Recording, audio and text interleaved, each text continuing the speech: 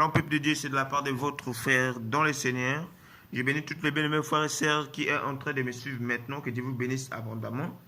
Voilà, nous sommes toujours ici pour la vie de l'édification du corps de Christ avec un nouveau terme. Le terme est quel est le fondement de l'Église. Voilà, et nous allons prendre nos Bibles dans le livre de 1 Corinthiens chapitre 3, le verset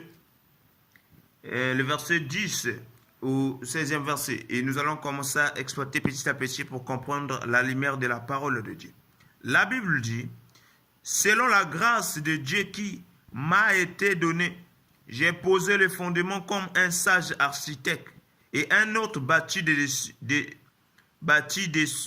Mais que chacun prenne garde à la manière dont il bâtit dessus.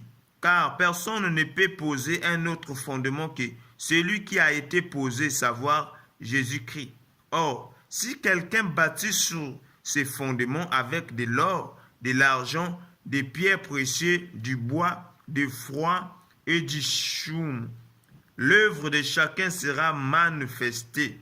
Parole du Seigneur. Parole du Seigneur. Voilà. L'église de Dieu est bâtie. Le fondement de l'église, c'est Christ. Christ est le fondement de l'église.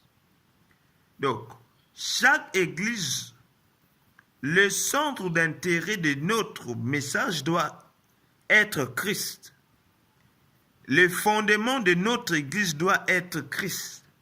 Le fondement de notre message, de notre prédication, de notre enseignement doit être Christ. Parce que même l'apôtre Paul a dit que j'ai posé le fondement et si quelqu'un veut bâtir, qu'il bâtisse seulement sur les fondements que moi, Paul, j'ai posé. Et il précise bien que le fondement qu'il a posé, c'est Christ, Jésus-Christ. C'est lui qui est le fondement. Voyez, lorsque Jacob est arrivé dans un lieu, il a vu dans ce lieu-là, il y avait la pierre. Et il a fait un songe. Et lorsqu'il s'est réveillé, il a dit que certainement ce lieu est redoutable. Il dit que c'est ici la maison de Dieu. C'est ici la porte des cieux.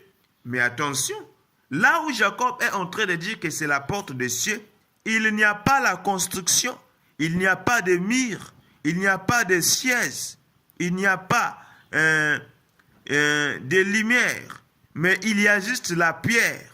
Et la Bible dit que Jésus-Christ est la pierre rejetée par les hommes qui bâtissent. Donc, la pierre, c'est Jésus. Et Jésus-Christ, c'est la parole qui a été faite chair. Donc, la pierre, c'est la parole de Dieu, la parole de Christ. Donc, l'église de Dieu est bâtie sur la parole qui est Christ. L'église n'est pas bâtie sur les prophéties. L'église n'est pas bâtie sur les miracles et démonstrations. L'église est bâtie sur la pierre qui est Christ.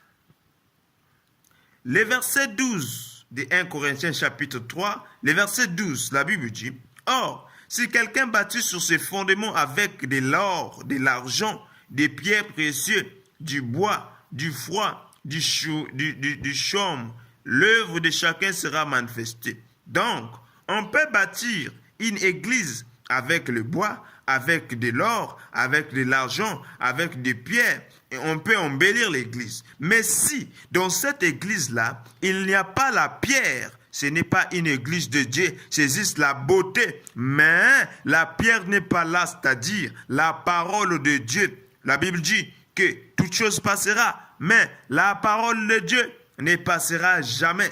L'église est bâtie sur la pierre. Baptisons-nous l'église de Dieu sur la pierre. Ne rejetons pas la pierre. Soyez bénis.